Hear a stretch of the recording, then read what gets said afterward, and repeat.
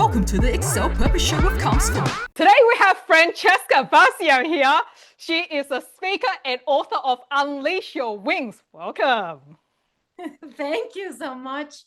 Very excited to be here with you. Your energy is contagious. So looking forward to our conversation. Yeah. Tell me about your journey, this author journey. What got you to write Unleash Your Wings? I love this. Personally, I love this because a lot of my metaphor is around like spreading your wings as well. So yeah, how did this come about? I'm going to give you the short version. Yeah, and then we can dive in. Yeah, but I was living a life where everything in my life was automated. The perfect woman, the perfect wife. I had 2 jobs, 2 kids, cooking, cleaning, taking my kids to classes, everything at the same time. And I tried to be perfect and on time. And everybody called me a superwoman. And I was so proud of it. Yeah. Until I burned out. I was in serious debt. We had our home mortgage for the second time. I was so sick of just waking up and overdoing. So I crashed and I asked the universe, like, there has to be something more to life than this.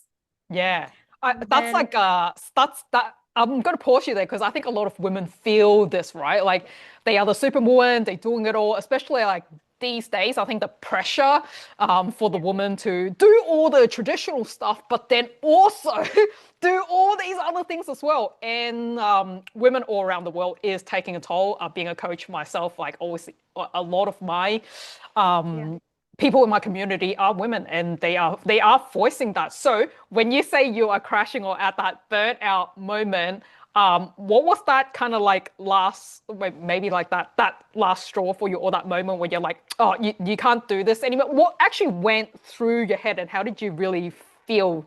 Because there's that point, right? It's like, that's too much. Yeah. Besides being tired all the time, I watched this movie, Stepford Wives. And I cried so hard because I saw myself. I saw that movie and I'm like, I'm a robot. I am a robot.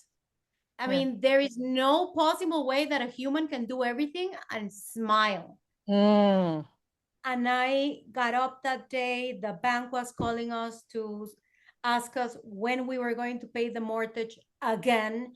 So I was just so mad. I grabbed my husband's car and I go to the bank, and getting out of the parking lot, I crashed my husband's car. Oh my God. The stupidest way. It was so stupid. And then I just lost it. Yeah. It was the final straw. And I was like, oh my God, how am I going to fix this? And when I was pulling out the car out of the parking lot in the bank, out of the driveway, every time I moved it, I scratched it a little bit more. And I'm like, you know what? Screw this. Yeah. And so I really scratched the car. And instead of going home and facing this, I said, I don't want to. So I went to my friend's house, drank a lot of wine, cried my eyes out. For the first time in years, I allowed myself to cry. And that is when I asked the universe, like, dude, give me a break. I mean, God.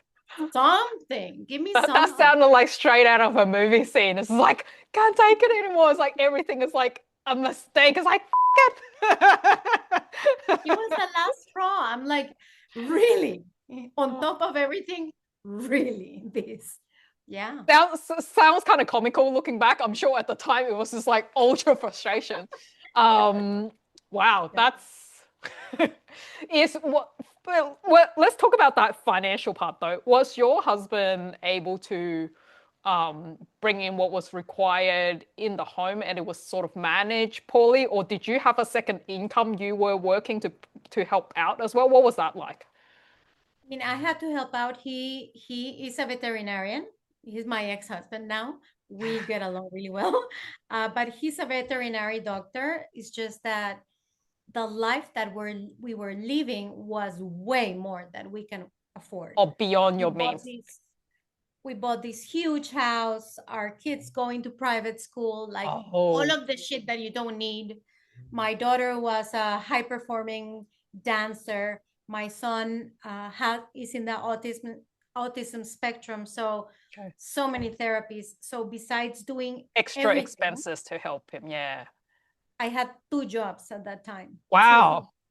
2. Yeah. Wow, that's so interesting. Like, thank you for sharing all of that because I think that's the pressure people are under, right? Like, especially when you're seen as like the well put together, and then stacked on the compliment that's been all, oh, you're the woman that's doing it all, and so you have to really keep up this front for everything because you can't downsize at that point if you have a beautiful house that everyone's visited for parties and came through, right? And then assume you had a car that lived up to that image. What was it? I mean, my car was pretty normal, but everything else.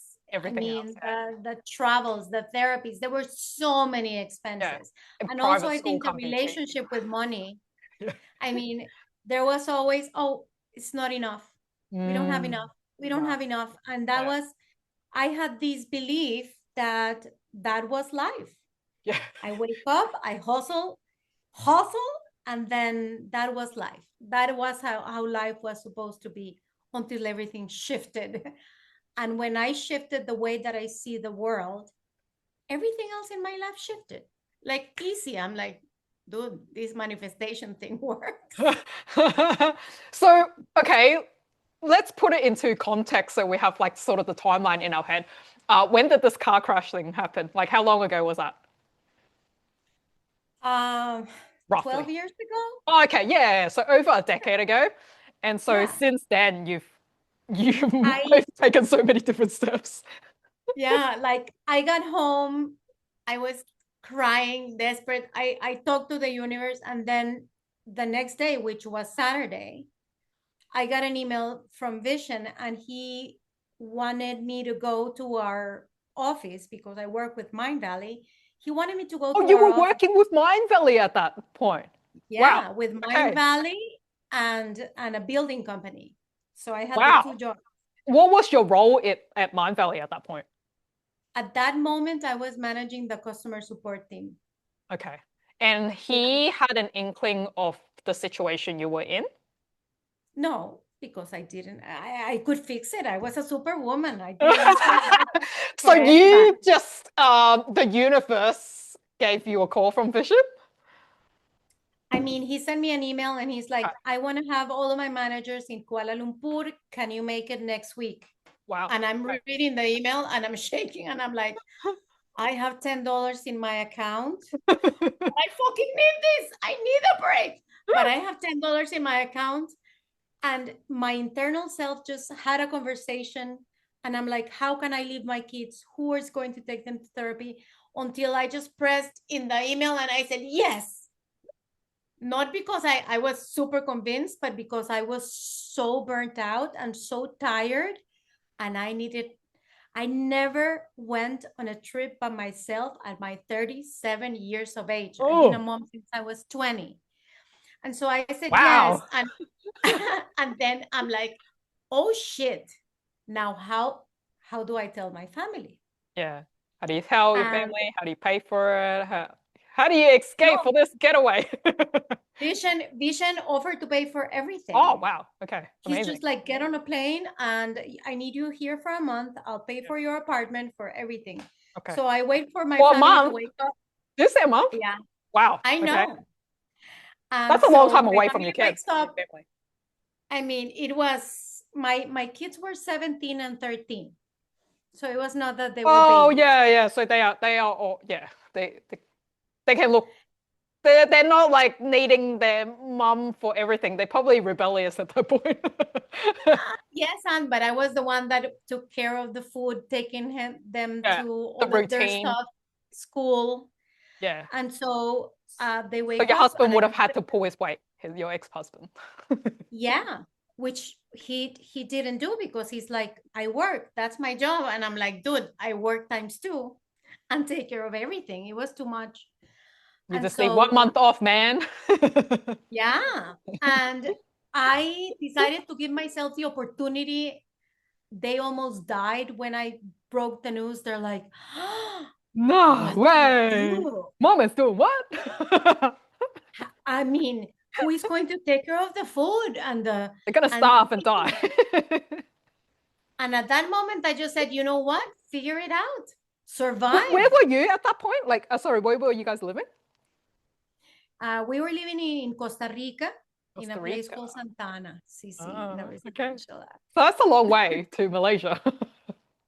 It was a lot. It is if you take the globe and you put Costa Rica, it's literally in the other side of the globe. Literally. I'm like, thank you, universe. And so I went there and I at the airport, I'm like feeling so guilty. And oh my Yeah. God, Or the what a mom guilt. horrible human. And I got into the plane and I'm like, Yeah. I am free, free for once in my life. So I go to the other side of the world and I spend 36 hours like the Joker, just laughing to myself, like so excited. And I get Is this real? to, That's I know crazy. it was unbelievable. I get to Yeah. Malaysia and I leave my stuff in the apartment and whatever. And then I was feeling so grateful and happy and excited and so many things at the same time that I said to the universe, just show me what is it that you want me to learn. Just give me a sign. And I go into the Mindvalley office and I see our logo, which is wings. Yeah, And yeah, I'm yeah. like, dude, that's it. I remember that I had wings when I was a little girl. I had dreams, I had projects, I felt I could fly, I felt the freedom. And I'm like, I'm going to spend this entire month in a personal honeymoon and I'm going to find my feathers and I'm going to rebuild my wings and I'm going to remind myself, what is it like to be alive? So that's what I did. Love that. Love And that that. is why the book is Unleash Your Wings, because that was the aha moment for me. That is so beautiful. So what was that 1 month like for you? I mean, starting by really getting into the present moment. I remember I walked to the office and there was this jasmine tree in the middle of the road and everybody ignored it, but I was so into the moment, Yeah. just soaking everything in, that I just stopped. I smelled the flowers. I went into these deep conversations with people and I really enjoyed it. You know, when you go into a honeymoon that you're so in love and you just want to spend all of your time in presence. I spent my entire month like that. And then serendipity and coincidences started to happen once I changed my energy. And once I allowed myself to receive instead of just giving, everything changed. And then John and Missy Butcher were bringing Lifebook to Mindvalley, and the training with them was like 15 grand. And they're like, because we want to bring it to Mindvalley, we want to give it to you for 75 bucks. Who's in? And I'm like, me? So I did these incredible envisioning exercises where I focus on all of the areas of my life. Yeah. And then I mean, we were celebrating. We had this A report on Thursdays, which is basically a celebration of everything that happens in the company. And we finished about 11 p.m. And then one of my friends says, Gee, you guys work hard at 11 p.m. No. This is after office, so it's Okay. like from 7 to 11, and we have like snacks and whatever, and Yeah. people. And it was 11 p.m. and my friend says, Fran, what is your biggest dream? And I'm like, dude, I've always dreamt about going to Cambodia, but that is like way out there. And she says, let's go tomorrow. And I'm like, and since all of my life was scheduled, I'm like, I cannot even think about taking a trip tomorrow, which is in a few hours. You're already on the trip. Well, I mean, exactly. And I'm broke and I'm whatever. So I froze. And she just went to my wallet, she grabbed my credit card, and she purchased the ticket. And she's like, Fran, from Kuala Lumpur to Cambodia is $50. And I couldn't breathe. And I was like, oh shit, I'm going to Cambodia. I'm going to actually live my biggest dream in hours. So we ended up going to Cambodia, and it was insanely beautiful. And then everything started to unfold. Everything opened, everything opened. But it had to start with me opening up to the possibility of more. That was the thing that changed. My financial situation was not different, but when I changed my energy and I opened myself, I like the universe was like, oh, I was waiting for you to open the doors. I have all of these gifts here. Take them in abundance. Yeah. I do believe that in that the universe does have all of these gifts for us. However, it needs permission for us to ask that we do want to receive it. It's not like it's gonna shove it to you, like jam it down your throat, but it's like ask and you shall receive. Exactly. And also I had to get away from the guilty feeling of receiving. Yeah. I How didn't did you do realize that? how, Because I know a lot of mums have that mum guilt. by being in a space with just myself and actually remembering that I was a human before being a mom, and that it's okay to receive. Yeah. But I had to step away from my role for a little bit so I could actually feel it again. Yeah, because your identity is like, even though you're a mom, you're also yourself. You also had these other dreams, other interests. It's not like once you're a mom, you forgo all those things. I think that's where the confusion is, right? Like once we take on this role, it's like, oh, then my whole entire world is like kids come first and then I come last or something, right? Like husband comes second, like everyone else, the family, all those things come before. Yeah, like we just put ourselves last. For some reason, a lot of moms do that, right? I think it's a lot to do with the culture that you were brought in. I Yeah. know that Asian cultures, Latin American cultures for sure, Indian cultures, women are taught that when you become a mom, your kids are your full universe. Yeah. And you believe that. And I love being a mom. I love being a hands-on mom all of my life, but I never allowed myself to actually be a human. I forgot. Yeah, it's like you can be both. It's not like you have to choose between. We're not saying don't prioritize your kids. It's just that you can also look after yourself at the same time. And it is unbelievable because when you allow yourself to receive love, you have so much more to give. I was giving on an empty So tank. the energy like even expands more. And your kids would love to actually see that from you, right? Because you're the one modeling what's possible for them for their future when they do become the mom or the parent. Exactly, exactly. I know, and they told me when I came back home, they were like, "Mom, I'm so happy for you. Oh, were they? Finally, That's so cool. finally. Yeah. Yeah. Yeah. Wow. So your kids were happy for you. They weren't all Because we were starving without you. We almost died. no, Dad didn't look after us. they were like, "Mom, I'm so happy to see you so happy." I was so different. I was always very hands-on, but I was like a robot, Yeah, and I they played missed with you, but they them, enjoy seeing that other side, the new side of you that they haven't seen. the woman. Yeah. Yeah, the one that can have a genuine conversation with them. So what changed after that? So you got home, they see a shift in you, and then how did you bring that shift back into like the new reality? Because you have to face home again now. So how did you incorporate all this into your new life? In Malaysia, before coming, I had this beautiful conversation with Ajit. He's one of the co-founders, Yes. and he told me about coaching. And I'm like, wow. And I fell in love with coaching. And a lot of coaching is about getting to know yourself first. Yeah, we are So, our first client. yes. Yes.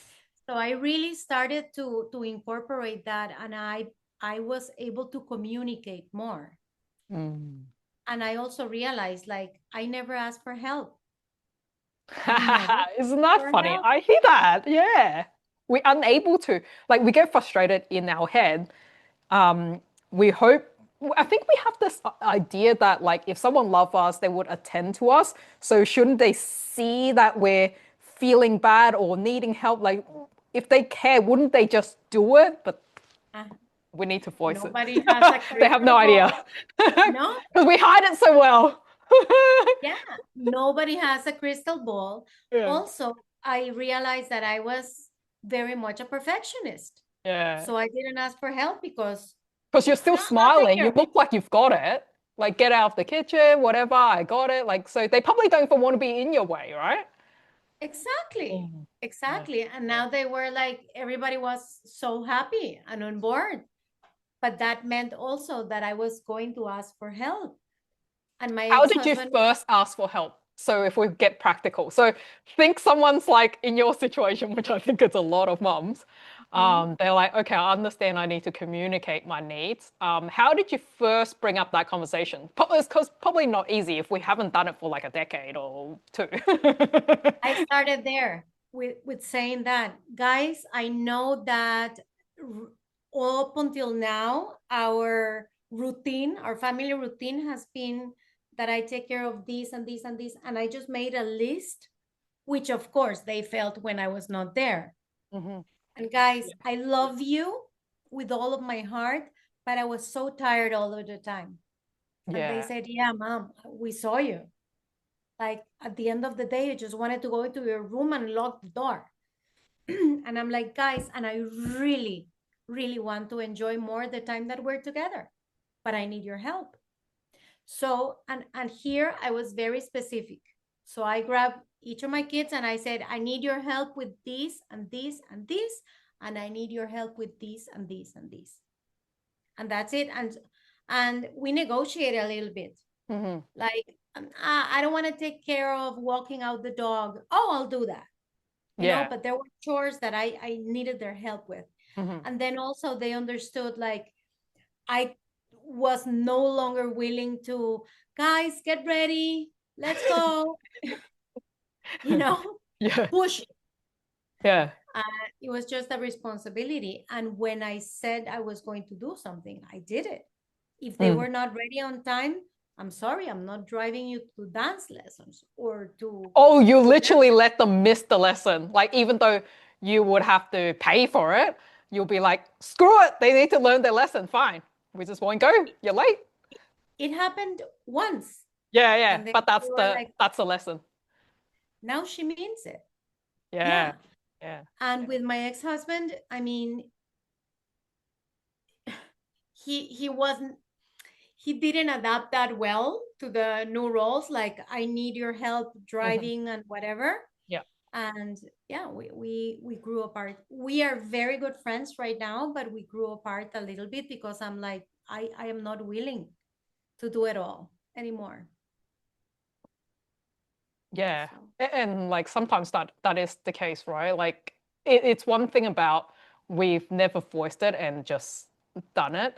But it's another thing when it's brought up and if someone is willing to step up to the plate in terms of like a new agreement. And when that isn't, then that difficult conversation is what needs to happen, right? Like, can we see ourselves, like, if we project this future, are we okay to live the rest of the life like that? Like, just really get down to the reality. Wow, that's tough.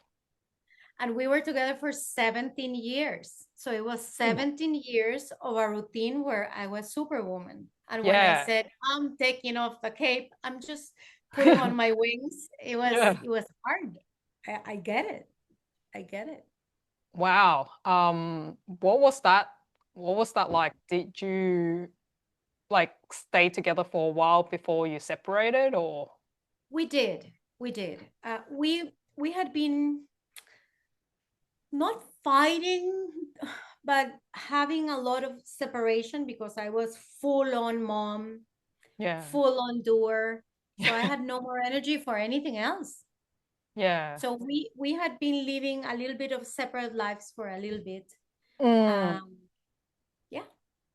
And that's actually quite normal, like well, I mean, culturally, definitely in the Asian culture, I see that a lot. It's like you get married, the couple aren't happy, but they kind of stay together for the sake of the society because they see divorce or separation as like really like a failure. Like that's really something they feel ashamed of, I think, or embarrassed. Like it's something people really don't want to be seen that way.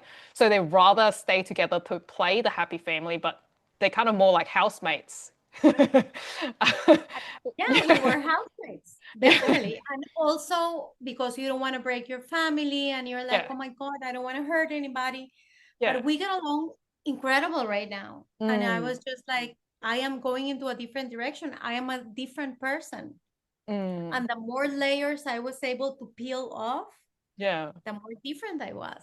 And I couldn't go back to being a Stepford wife. I tried to kind of fit into the mold, but it was just like disgusting. It didn't fit anymore.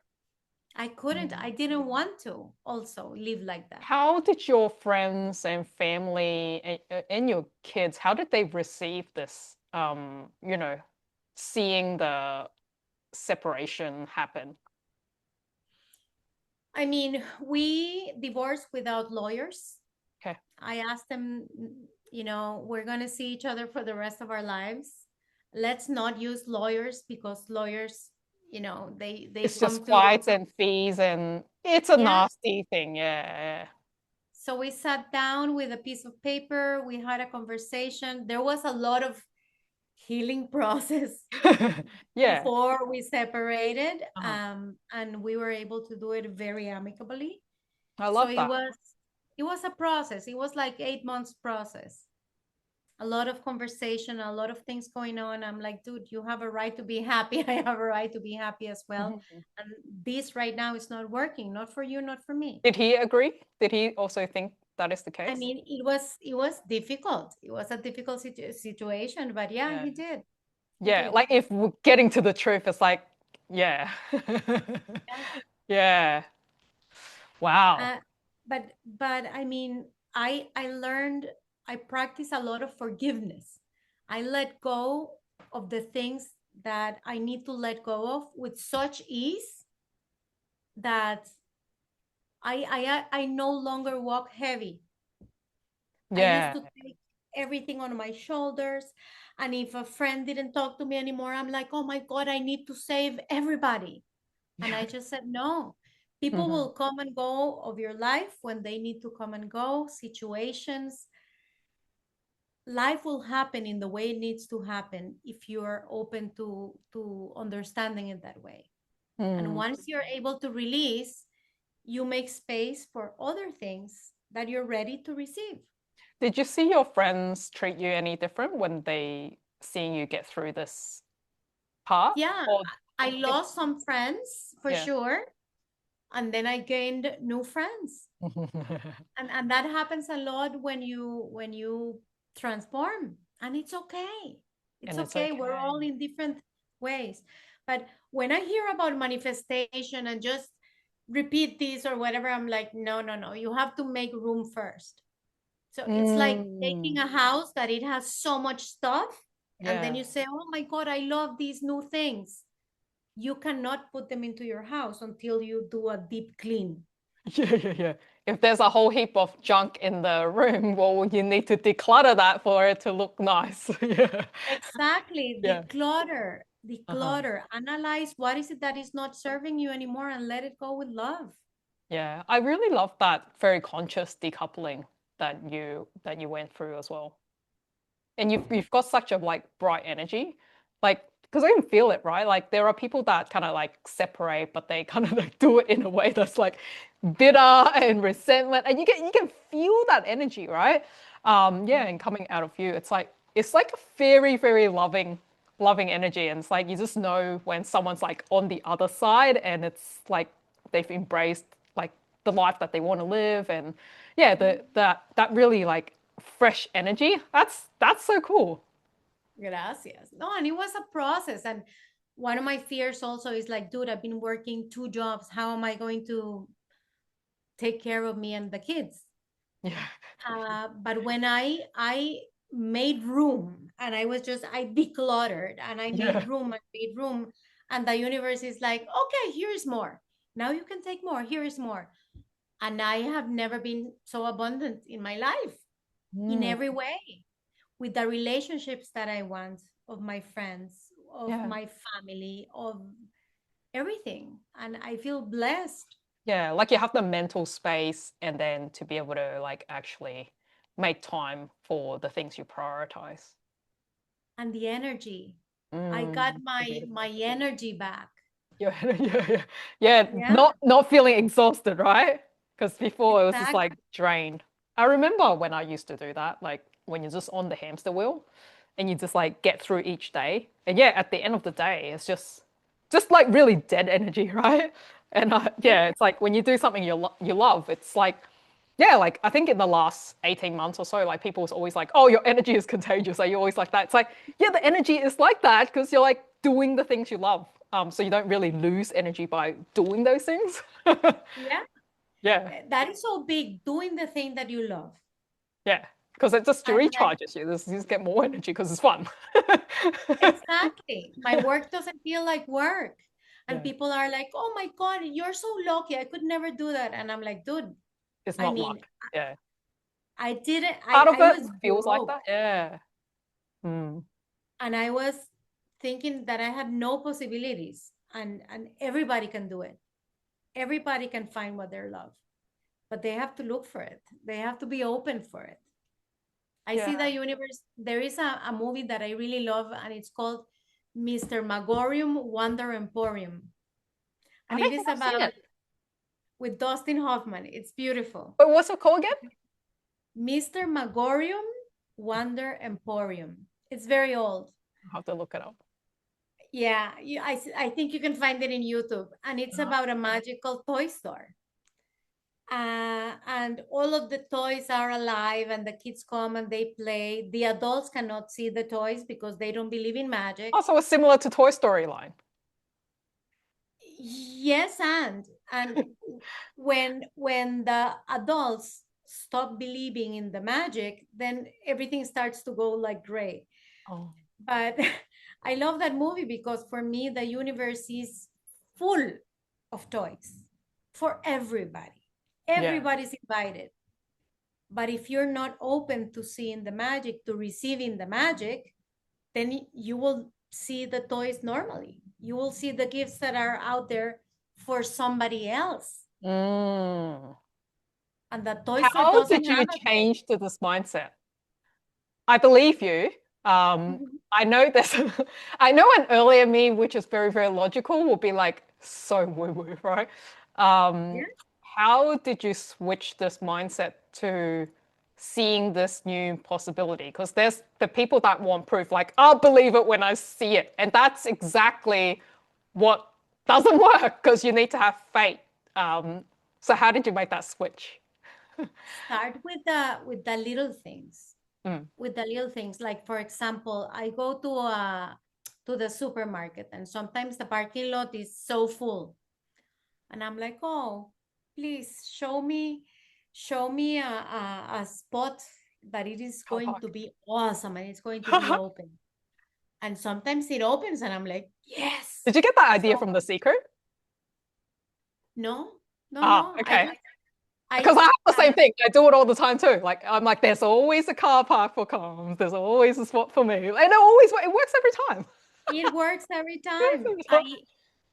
When my son was little, Yeah. when he was 2.5 years old, my grandmother was backing up the car and she ran over him and he almost died.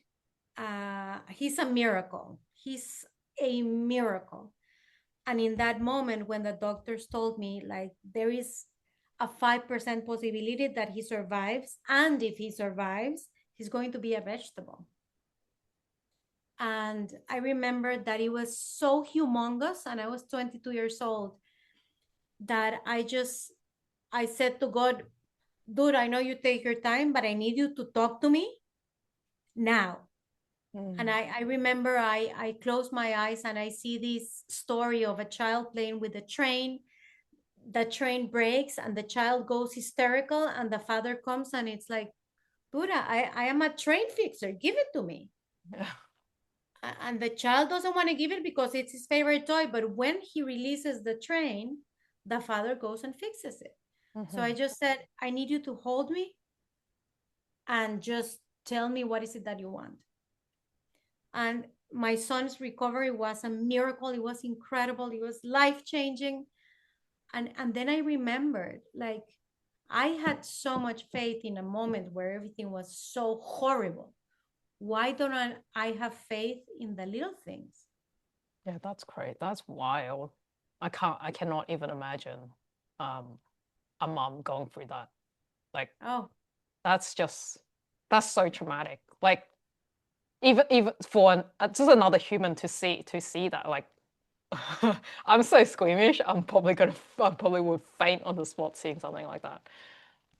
there is a rush of adrenaline or something that happens. But I learned in that moment that everything that we have in life is borrowed. We have a soul living in a body for a little bit, but then our soul is going to go back. I believe that it's going to go back to source. But everything that we have is borrowed.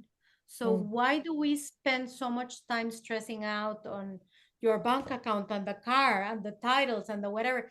It doesn't matter. Release the urge of controlling everything around you and allow things to flow in the way that they need to flow, and trust. And when you allow yourself to live like that, everything becomes a play.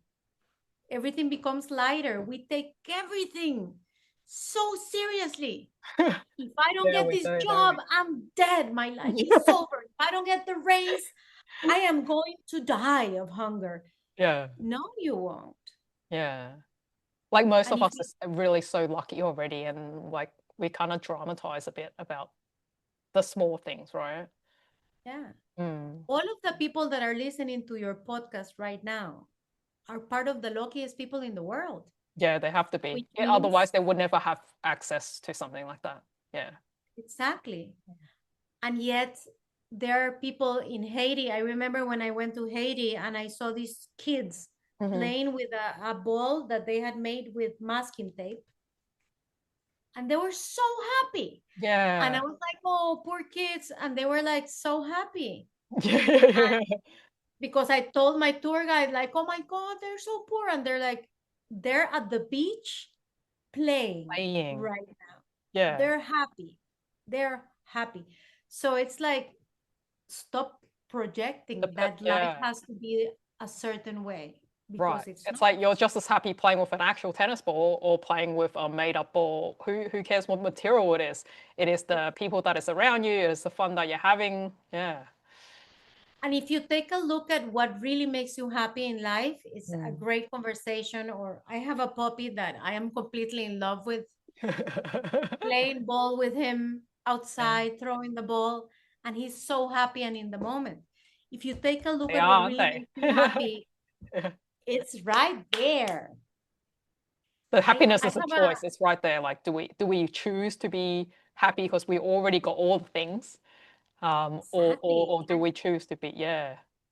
And it's choosing. I have a client of mine that she's like, I am so burnt out. I'm exhausted. Another day that I work 14 hours a day, and I've been hearing her say this for the first sessions, and I'm like, why are you working?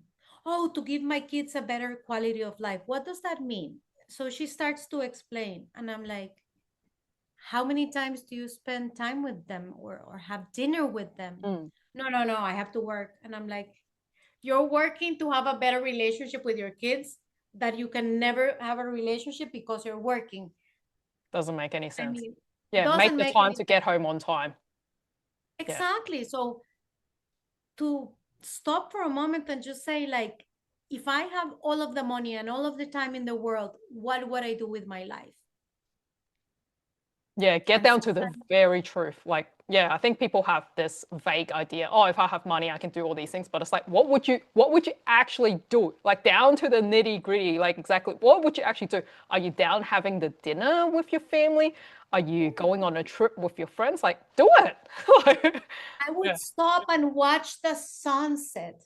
The sunset Mm. is there. The sun is free. The guy does the show every day for free. Yeah. Go. Yeah.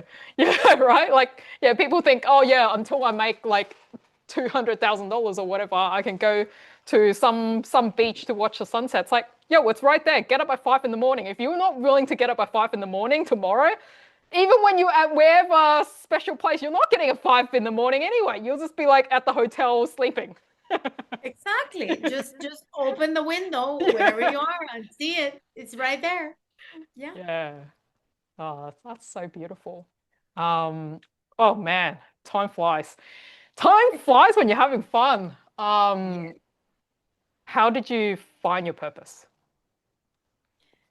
I really connect to what makes my heart sing.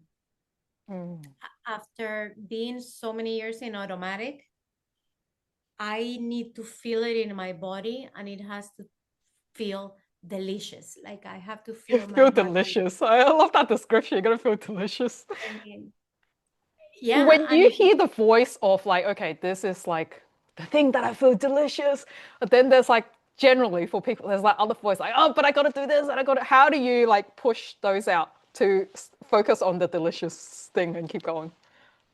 when you're working on your purpose, and I coach, I write, I'm a speaker, I do a little bit of everything because I go where my heart is singing. Yeah. There are things that I have to do in my work that sometimes are a little bit boring, like reply to emails. Yeah. But I just think like I am working in something where I'm impacting so many lives every single day. The way that I respond to this email can either elevate another person's life, just make them smile for a little bit, or just make them feel a teensy bit better. Yeah. Or I can just say like yes or no. Take 2 seconds. If that is what I want to do, that I want to create impact in people, the email also creates impact. Yeah. When I go to the supermarket, if I smile to the cashier and say, hi, how is your day? That impacts also. That creates impact. So Bringing that into the everyday. Bring it to everything. Before, when I used to cook, I'm like, oh, I have to do lunch every single day for me, besides everything that I have to cook. Yeah. And right now I'm just like, oh, I'm going to nurture myself and treat myself like a queen that I am. What do I want to eat? So I just play around with things. I put colors and I make everything a play, a ritual. Love that. But it's a choice. It's a choice. Like the little devil and the little angel that talks to you. Yeah. Give them a voice and choose who you want to listen to. That's it. Yeah, consciously choosing. There is a tool that I teach my clients a lot, that I learned it from Ajit. It's called empowered thinking. And you always have the different sides in your inner Netflix. You have like an inner family that lives there. Yeah. So it is like, I call him the asshole general that is like, hustle. How are you going to take a break? You loser. You'll never make it. Do it. Yeah. And then there is the creative that just says like, hey, take a break. You want to see the world different. Let's take a break. And I just make things very funny for me. Because if you well, that's a pattern interrupt to make it like funny. Yeah. Also, when we are tired and we want to take a break, we're like, no, shut up, mind. And we shove our emotions. I'm feeling tired, but I'm going to keep pushing. Take a moment to listen to your inner self. We run away from uncomfortable feelings. Yeah. I'm angry, but I have to smile. Even though I'm angry, I'm going to hold it in. Yeah. Allow yourself to feel whatever you have to feel. Give your inner voices a voice. I remember those times. I don't know why we do it. Like, I think that there has to be probably like a high achiever overperformer thing, right? When I used to do a job, it's like, yeah, you're right. Like, I would actually literally skip lunch, hardly going to the bathroom, even though I really need to go. And it's like literally next door because I'm working from home. Like, yo, I have to walk like 3-4 meters, like the bathroom is next door.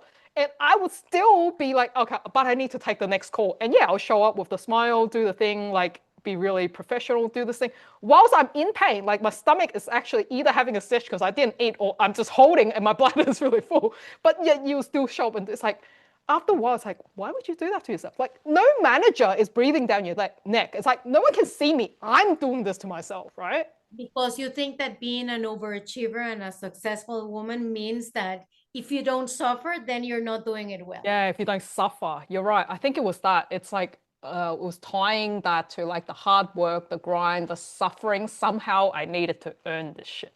I think it was like around that, right?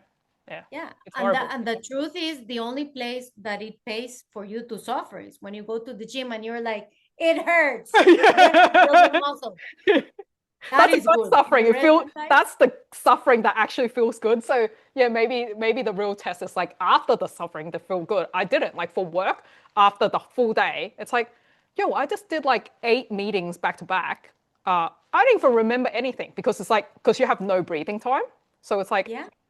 it's just horrible and I don't feel good. Whereas you're right. If I go to the gym, even though it's suffering, when you finish, you feel good though. It's like, oh man, that was such a good workout. My muscles are burning and it aches, but damn, was that satisfying? Like it's a good, satisfying feeling, right? Yeah. It is. And when you get to know yourself, then you can also notice what are the things that energize you and give yourself more of that. I start to work at 6 a.m. in the morning because my office, one of it is in Tallinn and the other one is in KL. So of course I have to start early. I love it. I love to You're wake still up with working in Mindvalley? sunrise. Yeah. Yeah. And I have my coaching practice as well. Yeah. But it is in line with my mission, with what I want to do. So it doesn't feel like work. But I start to work at 6 and then by noon, I have a hard stop and in my calendar it says do not book for 3 hours. So I stop, I cook, I have lunch, I take a nap, I go outside with my dog, I dance ballet. How do you stay diligent in that? I remember I used to try to implement this by putting it in the calendar, but then in reality, something will happen. I'll let them eat into my own time that I put the time slot. You just make a hard line. I block my calendar and I put my phone in do not disturb. Do not disturb my aeroplane. Screw you, everybody. Nice. Yeah. Yeah, I think that's necessary. Good one. I just leave it. And then when I come back in the afternoon to finish what I have to finish, my brain is new. Fresh. Nobody died. Nobody died. Exactly. Exactly. And I can give my 200%. Yeah.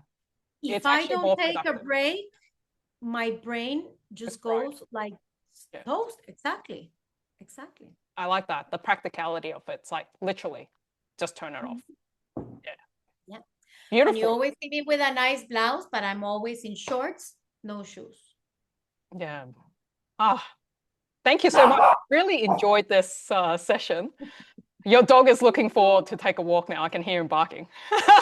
Yes. Let's go, Francesca. What happened to the walk that you promised? Okay, just last question. If someone wants to connect with Francesca, what's the best place to go? Okay, through Instagram, Fran Facio, CR, or I have a coaching page, but I am revamping it. That is another thing Instagram, that's the place to go, yeah? Yeah, that is the place to go, exactly. Amazing. Thank you so much for joining us. Thank you so much, Karms. You're awesome. Excel in life, live your purpose, be free.